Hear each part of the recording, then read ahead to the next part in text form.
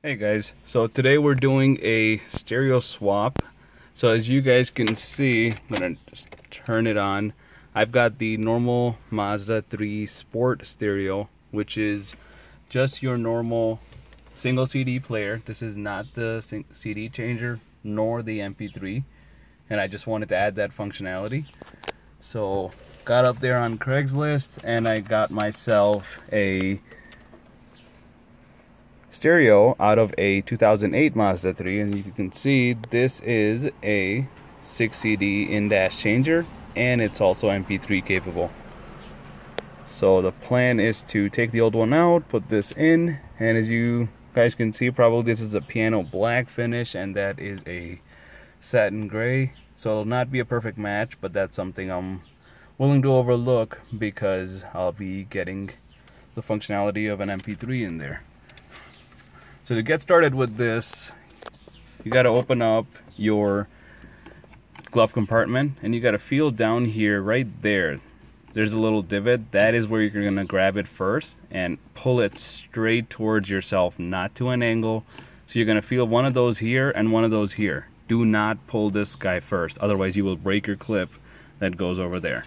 So yank this one up first, it's gonna pop out, and then work your way with a flathead screwdriver with a piece of tape or something on it, and just kind of pull from there. This is gonna be the final one, and notice this whole thing is a plastic piece, so you can literally work your hands or nails there and kind of yank it out. But again, don't do it like I am and yank it towards you.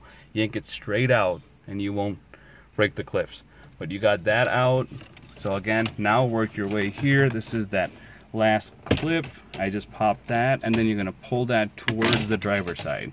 This is what I'm talking about. This clip has to be pulled towards the driver's side to come out. If you yank it straight at it, it will break. And those little divots that I'm feeling, it's this area. That's one clip, that's the second clip, third clip right there, a fourth one that goes there, and then you slide it out. And these are the actual ones that go in there. It's pretty hard to break them. This is maybe my 5th time getting in there. I've never broken them, so good luck with that. So next up, we're gonna remove 2 screws, or a total of 4, but first these 2 on this side and then the 2 black ones. God bless Japanese engineering for using Phillips head and not some funky stuff like Volkswagen does. So I'll get back to you once they're done.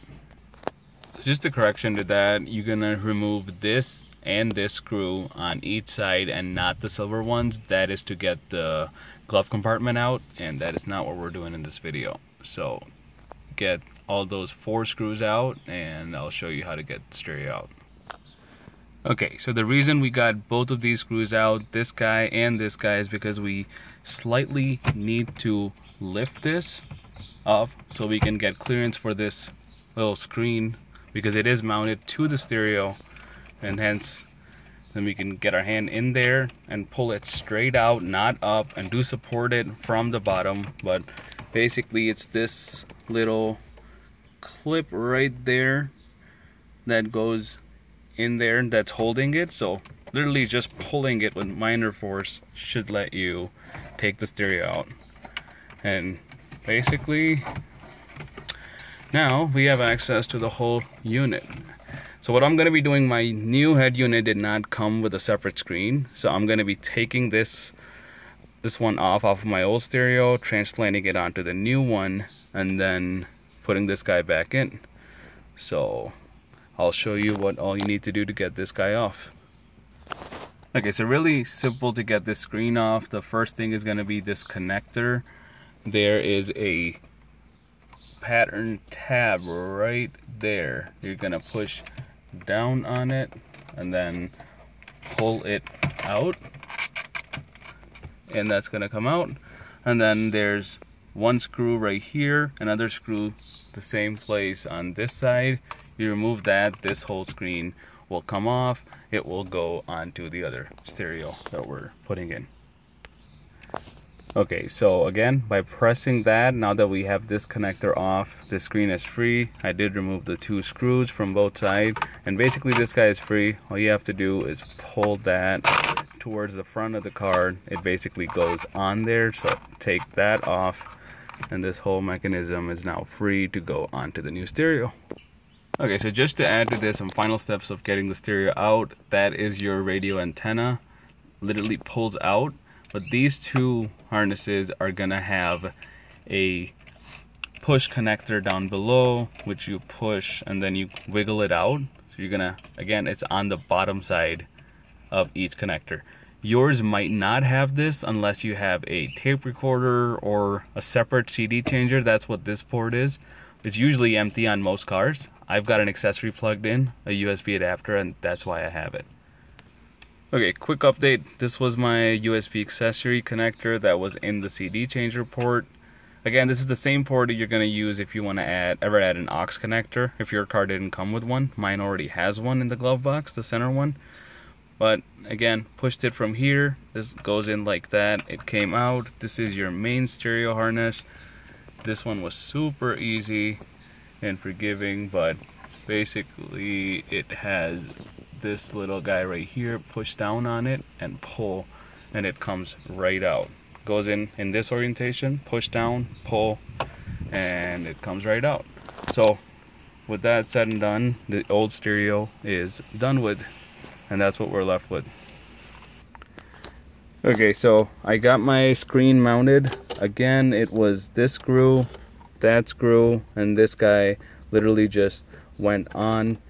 But just wanted to show you, this is my newer stereo out of a 2008 Mazda, March 2008. This is the older guy, 2007. But apparently, in that little time frame, even the sport model, this one is also out of a sport model. The base model also gets a 6 CD changer with MP3. So I guess I didn't make the cut. But gonna get this guy back in and show you the last bits, and we're done.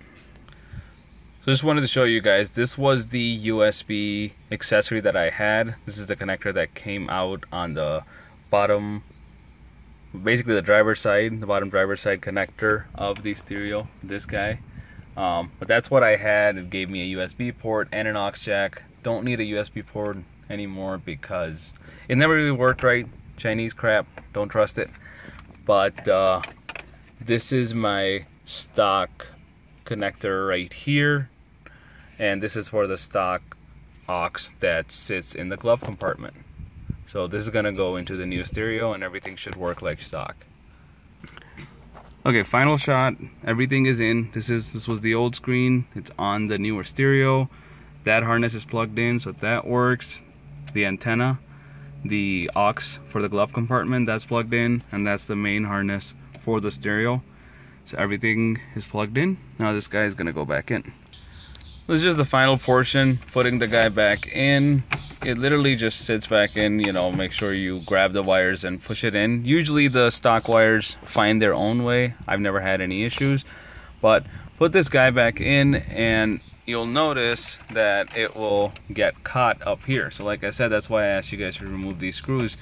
You are gonna lift this guy slightly up and then push it in like so, and basically it will find its way. Okay, so the screen is slid back all the way in by lifting that. The screws are back in.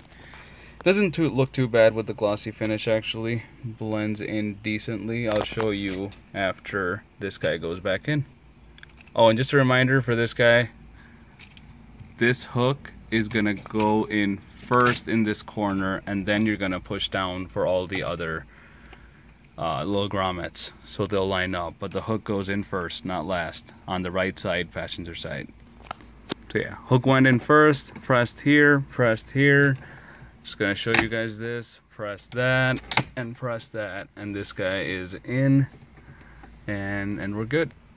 Okay, knowledge time. Assembled it and my screen didn't line up perfectly, and the issue was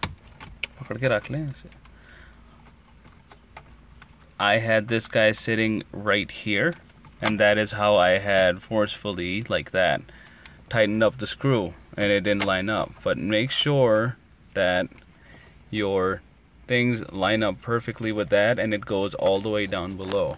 I'm gonna focus it, or try to. Nope. I think you guys can kind of see it. There it was. So yeah, it sits in perfectly, and if it does, then your screen should be tilted slightly forward, and that is the proper